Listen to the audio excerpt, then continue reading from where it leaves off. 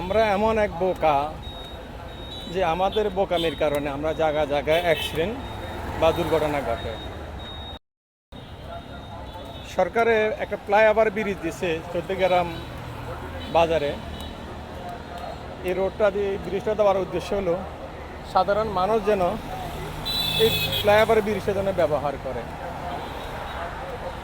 আমরা এটা ব্যবহার না করি, আমরা জীবনের প্রতি ঝুঁকি রেখে আমরা নিজ দিয়ে চলাফেরা করি, তাহলে আমাদের মতো বোকা কে থাকতে পারে?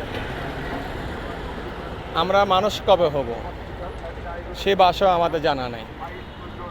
যদি আপনি একটা ফ্লাইওভার ব্রিজটা যদি একটু ব্যবহার করেন, তাহলে আমি মনে করি প্রত্যেকটা লোক যে মৃত্যুর ঝুঁকি থেকে বেঁচে যাবে, আপনিও বাঁচবেন, যে একটা গাড়ির ড্রাইভার আছে উনিও বাঁচবেন।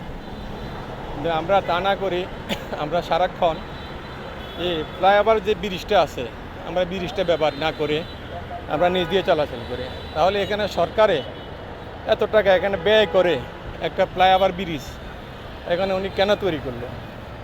আমার এই প্রশ্নটা হচ্ছে আমার জাতির কাছে, যে আমরা কবে মানুষ হব।